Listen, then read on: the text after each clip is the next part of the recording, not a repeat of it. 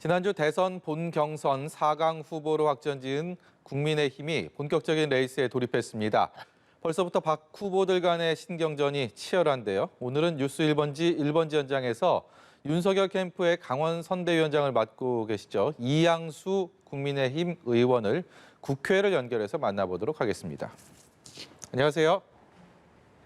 예, 안녕하세요. 이양수입니다. 저희 국정감사 기간이라서 스튜디오에 모시지 못하고 이렇게 국회 연결해서 오랜만에 뵙게 됐습니다. 예, 지금 국감 중에 제 질의를 하고 지금 막 나왔습니다. 예.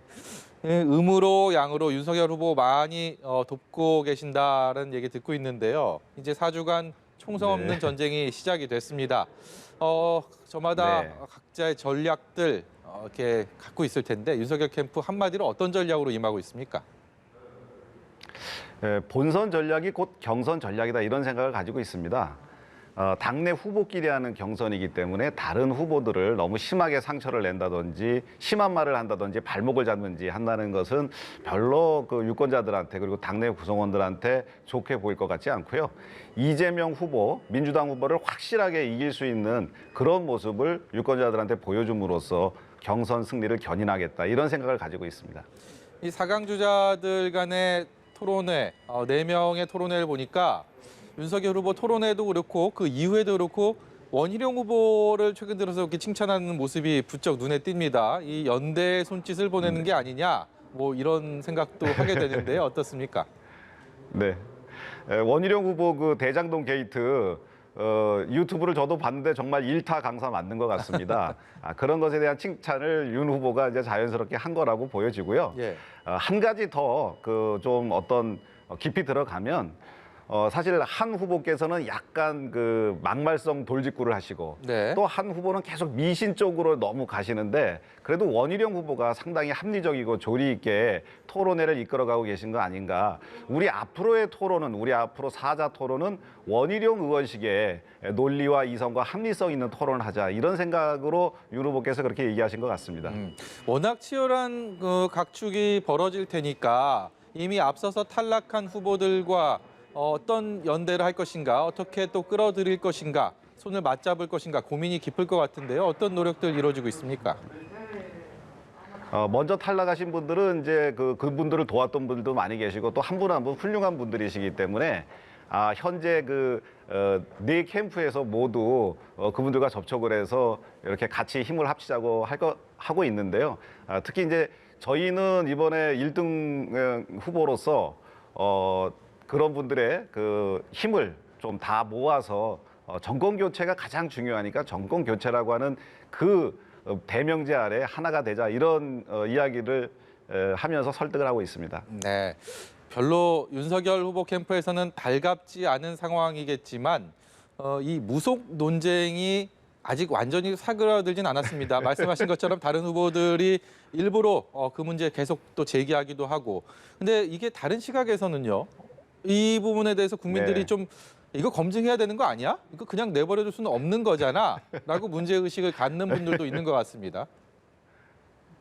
우리 당 그 후보들께서 그런 얘기를 계속 이제 물고 늘어지니까 이제 그렇게 생각하시는 분들도 좀 생긴 것 같고 특히 이제 여론조사라든가 이런 데 나오는 이야기들은 뭐 검증이 필요하다 이제 이런 이야기들은 사실 뭐 민주당 지지자층에서 나오는 이야기라고 보여지고요. 윤석열 후보가 설마 정말 미신을 믿겠습니까? 그리고 그동안 쭉 공인으로서 살아온 그 흔적이 있는데 그 어느 군데서도 미신이나 이런 것들하고 연관질 수 있는 게 없기 때문에 이것은 사실 허무맹랑한 이야기다 이렇게 생각합니다. 어제 국정감사에서 그 공수처장이 고발 사주 의혹이 만약에 사실이면 이거는 헌정 질서를 해치는 중대한 사건이다라고 규정을 했습니다. 고발 사주 의혹에 윤석열 후보가 연루가 돼 있느냐 그렇지 않느냐가 많은 정치권의 대선 레이스의 관심사기 때문에 이 발언을 어떻게 해석하시고 받아들이셨는지 궁금합니다. 공수처장의 그 이야기는 뭐 원론적인 이야기죠. 당연히 고발 사주라고 하는 것이 있었더라면 정말 헌정사에 큰일이 되는 거죠. 그거는 당연히 있으면 안 될 얘기고 실제로 윤석열 후보가 그런 고발 사주를 했을 거라고 하는 그런 이야기 자체가 성립이 안 됩니다.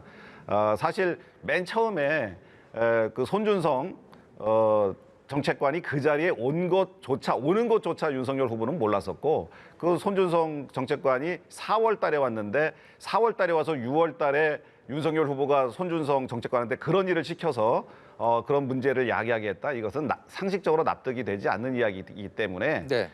이거는 뭐 고발 사주가 중요한 게 아니고 이런 것들을 고발 사주처럼 보이게 한 이 제보 사주 이것이 네. 정말 큰 문제고 이것이 민주주의를 위협하는 것이라고 생각합니다.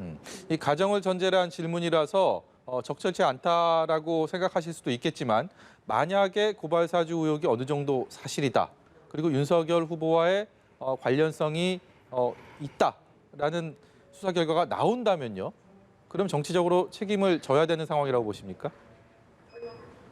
윤석열 후보하고 제가 이 문제로 얘기도 좀 했고요. 예. 그다음에 이제 그 윤석열 후보가 그 캠프에서 설명도 좀 했었고 예. 그리고 여러 가지 드러나는 정황상 불가능한 이야기이기 때문에 네. 그것을 전제로 해서 어떤 답변을 하는 것은 바람직하지 않다고 생각합니다. 알겠습니다. 다른 얘기 좀 해보겠습니다. 이재명 후보가 오늘 뭐 여러 우여곡절 끝에 민주당에선 당무위도 있었고요. 어쨌든 본선에서 상대를 기다리고 있습니다. 맞상대로서 이재명 후보의 강점 그리고 약점 한 가지씩만 좀 꼽아주실 수 있다면 듣고 싶습니다. 강점은 약간 포카페이스성 임기응변에 굉장히 능하다. 정치인이 사실 그런 능력이 좀 있어야 되는데 그것이 아주 단연코 우세하게 드러나는 게 장점인 것 같고요. 약점, 단점. 아마 이번 선거에서 이재명 후보의 발목을 잡는 가장 큰 약점은 과거 행적이 아닐까 싶습니다. 사실 이재명 후보께서 경기도지사라든지 대통령 후보라든지 이렇게 큰 직책을 맡을 인생의 계획은 없으셨던 것 같아요. 과거 행적을 보면 너무 말씀도 좀 함부로 하시고 그다음에 여러 가지 일 처리하는 데 있어서 지금도 문제가 되는 것들이 자꾸 발생되고 있는 것 보면 그 과거 행적이 그 본인의 발목을 잡지 않을까 이런 우려가 있습니다. 반면에 이재명 후보의 맞설 윤석열 후보의 가장 큰 강점은 무엇입니까? 말보다는 행동으로 정의를 실현하는 능력이겠죠. 당당히 본인의 의사를 표현하고 또 말한 것을 지키려고 노력합니다. 사실 윤석열 후보가 검찰총장 재직 당시에 청와대로부터 뭐 고위층으로부터 오는 그런 것들에 그냥 순순히 응하고 시키는 대로 했었더라면 아마 부귀, 영화, 재물 뭐 모든 권세를 다 누릴 수 있었을 겁니다. 하지만 부당한 것은 부당하다 이야기하고 거기에 대해서 강력히 저항했기 때문에 그렇기 때문에 불이익을 많이 받지만 결국은 국민들로부터 대통령 후보로 추대된 거 아닌가 이런 생각이 듭니다. 다음 주에 행안위 그리고 국토위 국정감사에 이재명 후보가 출석을 할 것으로 보이면서 오늘도 그렇고요. 이 전운이 감도는 모습입니다. 이 국감 과연 어떤 식으로 치러지게 될지 걱정하시는 분들도 많은데요. 국민의힘은 어떤 상황입니까?